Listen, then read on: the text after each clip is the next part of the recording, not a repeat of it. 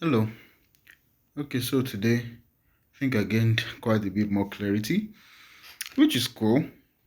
Um, so I started out to do with a bunch of wins on DM follow. I started building things out and then was figuring out the stuff. Was finally getting it to look like what I wanted it to look like, which was pretty cool and awesome. I also read I think maybe over 100 pages of Noah Kagan's book, The $1,000,000 Weekend. Uh, and I started doing some of those challenges, and of course, many of them were going very easily.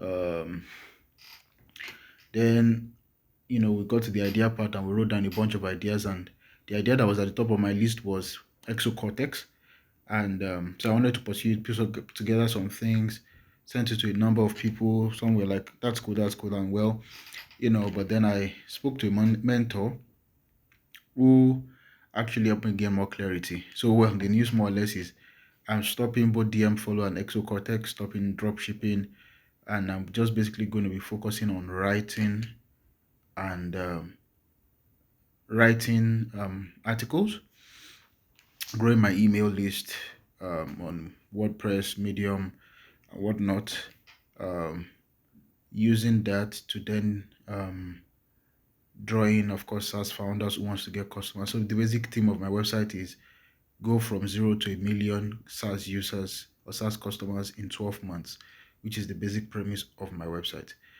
So very simple website, really. Um, so then, what the problem that I'm not trying to solve now, which is something I've been writing about for, but I just didn't really think about the SaaS founders as my customers in that sense, especially because I was closing down my ghostwriting agency and stuff like that. But I still do write on the side. Um, But what I realized that these are actually my customers, and the problem that they have is that they are looking for customers. And so what my mentor was telling me is why not set up customer interviews with those SaaS founders, find out what their problems are, maybe especially in the space of they finding customers. Why are they not able to find customers? Don't just tell them arbitrary things, listen to their own problems. It becomes very easy for you as if, and I thought I wasn't doing this actually because I felt like I was still validating and stuff like that, you know. But his advice was more go to them, ask them what their problems are, present a solution, refine it based on their feedback instead of thinking of a problem, thinking of a solution, taking it to them and them being like, we don't need that, which makes a lot of sense also. And it very much combines with what a lot of things that Kagan was saying in the $1,000,000 Weekend about the customer first approach. Just that I think in his own book, the customer first approach was more tilted towards you taking an idea that you've conceived to the customer, although it does speak about a number of other things like actually going to speak to the customer and getting the ideas in some form or fashion, but not exactly as my mentor was saying it. So it was pretty awesome to get that clarity. So right now I know more and more that what I really need to focus on is um, is writing a ton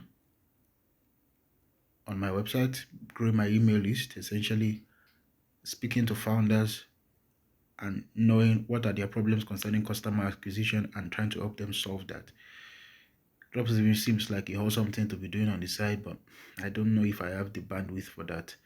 I don't think so. Exocortex also is something that I really want. I don't care if nobody else in the world wants it actually, but I'm really interested in that. Um, I don't know if I'll build that too, but I think the crowning of it now is as long as I write and I meet with SaaS founders to find out what problems they're having in getting customers, I think I'm more or less okay. Any other thing that I do is an add-on.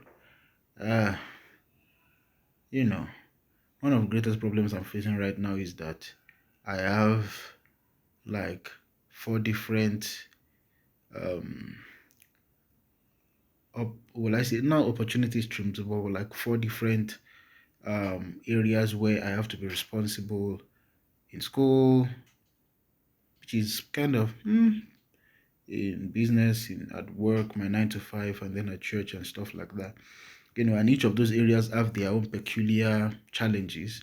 which usually requires me to pray quite a bit to understand them, you know. So, but more so, I find that trying to pray for every single area really is quite a pull, you know. So more so, I'm just worshiping and just enjoying the presence and talking about as many of them as I can. But truth of the matter is, um, with even all the hours that I spend in the presence, I still can't say everything that I want to say. But I just rely on God's wisdom to guide me through. But today was actually a massive breakthrough in understanding that, these are my customers, speak to them, solve problems for them. Don't think of the problem and the solution. Go to them, ask for their problems, present them a solution, refine it, write for them, and so on and so forth, like that. So, yeah, so that's about it today.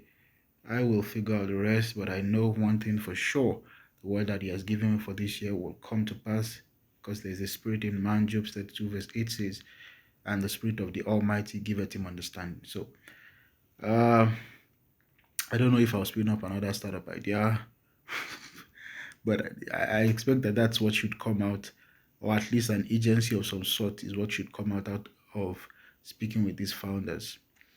Have a wonderful day.